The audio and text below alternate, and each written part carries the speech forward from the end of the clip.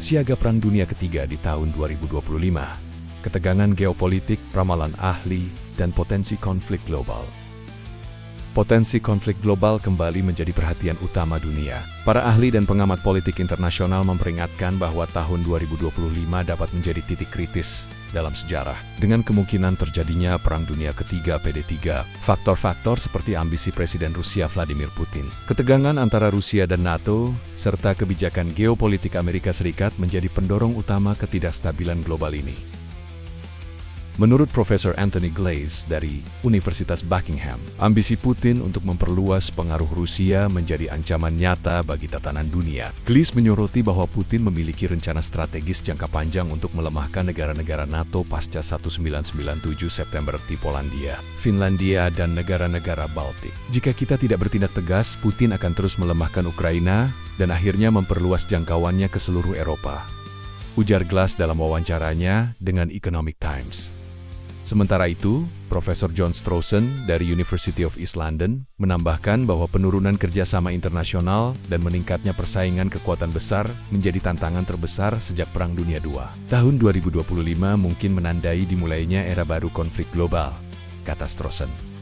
Kembalinya Donald Trump ke kursi kepresidenan pada tahun 2025 menambah lapisan baru pada situasi geopolitik yang sudah rumit. Trump berjanji untuk mengakhiri perang Rusia-Ukraina dengan kesepakatan damai yang mencakup pembekuan garis depan, zona penyangga, dan penundaan keanggotaan Ukraina di NATO selama 20 tahun. Namun, para ahli skeptis, Profesor Glaze menilai bahwa usulan Trump dapat memberikan sinyal kelemahan kepada Rusia dan memperkuat ambisi Putin untuk mengambil langkah lebih agresif.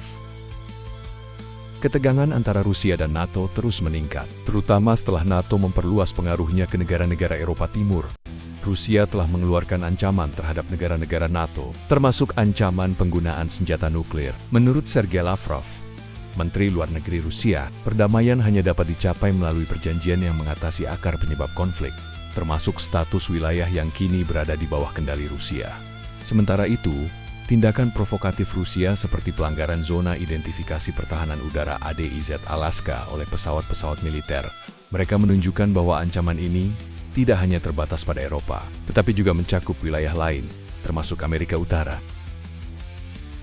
Tuntutan pengembalian Alaska oleh sekutu Putin Vladimir Solovyev menambah panas ketegangan. Alaska yang dijual oleh Rusia ke AS pada tahun 1867, kini menjadi sorotan dalam retorika geopolitik Rusia. Semua wilayah yang pernah menjadi bagian dari Kekaisaran Rusia harus dikembalikan, termasuk Alaska, ujar Solovyev dalam sebuah video yang dipublikasikan baru-baru ini. Meski pernyataan ini dianggap sebagai propaganda oleh banyak pihak, hal ini menunjukkan pola pikir Rusia yang berorientasi pada penguasaan wilayah lebih luas. Para ahli sepakat bahwa ketegangan geopolitik ini memiliki dampak besar pada stabilitas global. Negara-negara Barat, khususnya anggota NATO, harus bersiap menghadapi potensi eskalasi konflik. Beberapa langkah yang disarankan meliputi: pertama, penguatan aliansi militer. Negara-negara NATO harus meningkatkan kapasitas militernya untuk menghalangi ambisi Rusia. Kedua, diplomasi intensif. Upaya diplomasi harus terus dilakukan untuk mencegah terjadinya konflik berskala besar. Ketiga, peningkatan kerjasama internasional. Penting untuk memperkuat lembaga-lembaga internasional, seperti PBB dalam menjaga perdamaian dan stabilitas global. Tahun 2025 membawa ancaman dan peluang sekaligus. Dunia berada di persimpangan yang menentukan masa depan geopolitik global. Apakah ketegangan ini akan memuncak menjadi konflik global? Atau apakah diplomasi dan kerjasama internasional dapat mengatasi tantangan ini? Hanya waktu yang akan menjawab.